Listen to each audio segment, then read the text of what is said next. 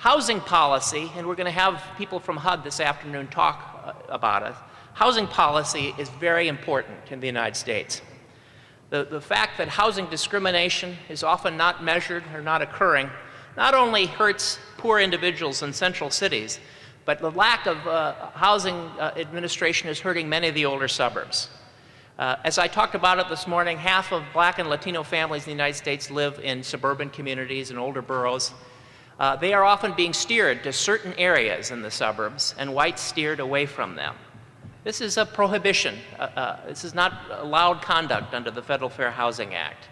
And if the Federal Fair Housing Act was enforced, every community would be open and no communities would be the destination of steering, which hurts individuals and it hurts communities.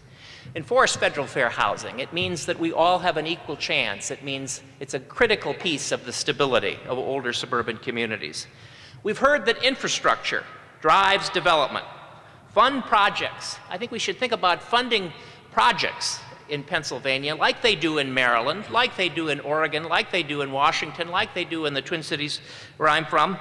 Funding projects that help balance growth, that preserve existing infrastructure before they build new infrastructure into forest and farmland, that create jobs, that encourage the development of jobs in existing job centers, that catalyze private investment in older communities, not just cornfields and farm fields, but that catalyze the development of older suburban communities. Older suburbs need sewer lines. They need road rebuilds. They have 100-year-old infrastructure. Fix it first. This is Maryland's policy. This is Oregon's policy. This is Minnesota's policy. This is the policy of Tennessee. For transportation policy at the federal level, we should make sure that the upcoming authorization bill for transportation is guided by these themes in the Congress. We should say that we'd like a good and fair transportation bill. People will listen to Pennsylvania.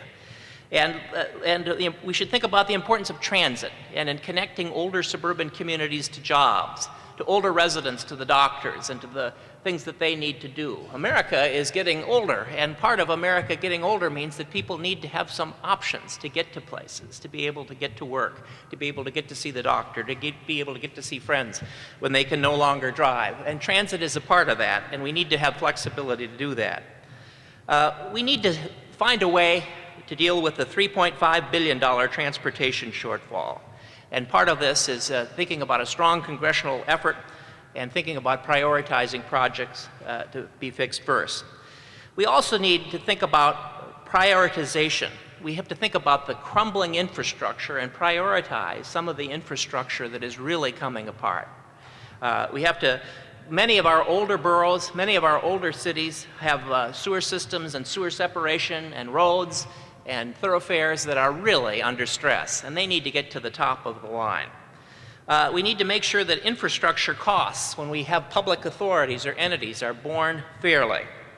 And as I said, the school system, if Pennsylvania could simply move closer to the national norm in terms of funding, if the historic inequalities in Pennsylvania, which are as great as anywhere in the nation, which are greater than Alabama, that are greater than Georgia, that are greater than Kansas, that are greater than Nebraska, all the places that have taken steps, if they could be alleviated, it could help break this cycle of decline in the older boroughs and communities. There's been progress on this. There's been movement on this. You can make some progress. You need to make some more. You need to catch up with the rest of the community, the rest of the country, if you're going to compete with the rest of the country. Now, we have to think together about hidden policies and hidden subsidies. I know 1,000 friends and others have thought about townships that receive free police coverage from state police who patrol their communities when cities and older communities have to pay for their own. This is a hidden subsidy. We should think about this. It may not be the exact one.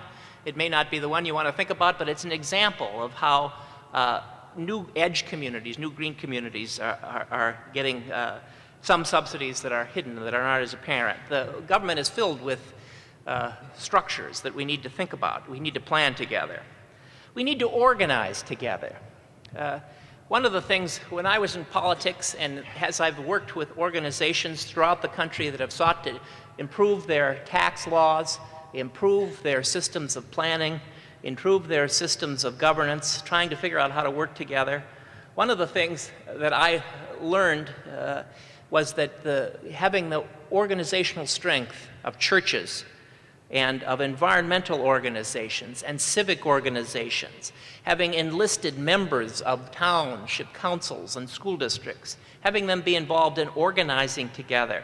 By themselves, each small interest is not enough to turn the tide, but when we work together, when we build together, when we leverage each other's efforts, we can make a difference. The world doesn't yield just by saying, I have a good idea. We can't just come into a room and put our arms around each other and hum reform. We have to work together and fight together, and it's hard. If it wasn't hard, it'd be done already. And when each person, Robert Kennedy said, when each person stands up for an ideal, when each community acts to improve the lot of others, each action sends forth tiny ripples of hope. And crossing each other from a million different centers of energy and impulse, these ripples of hope can build a wave that can sweep down the mightiest walls of intransigence and resistance. We have to organize together. You have to be at meetings like this. We have to commit to a series of principles and fight for them. And they won't yield easily. The passage in the country of significant education reform, of significant land use reform, of regional governance cooperation, which has happened in most parts of the country, takes usually 3 hard legislative sessions of battling. A first one that seems hopeless, a second one where progress is made, and a third one where there is triumph. And we have to hold a coalition together for at least 3 legislative sessions of change. I thank you so much for being here. There's nothing that I would rather do than be together with a group of people, local elected officials, which I was once one, in communities that are trying to work together to make their communities better. There's nothing more important in the United States of America.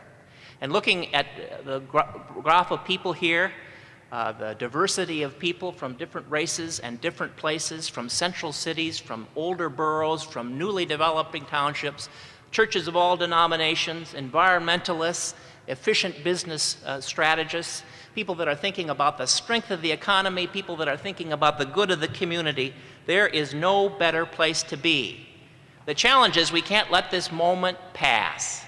We have to commit ourselves to working in coalition together with our friends and our neighbors.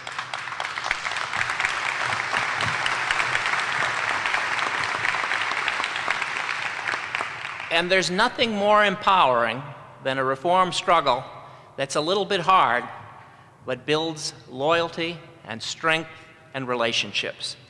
So I'd like to thank you again for being here. I hope that you can make some progress. It's a beautiful, wonderful place to make progress. You've got lots to protect. You've got great historic cities and beautiful farmlands and streams. And you should take this state and make it one of the greatest states and the most competitive states in the 21st century.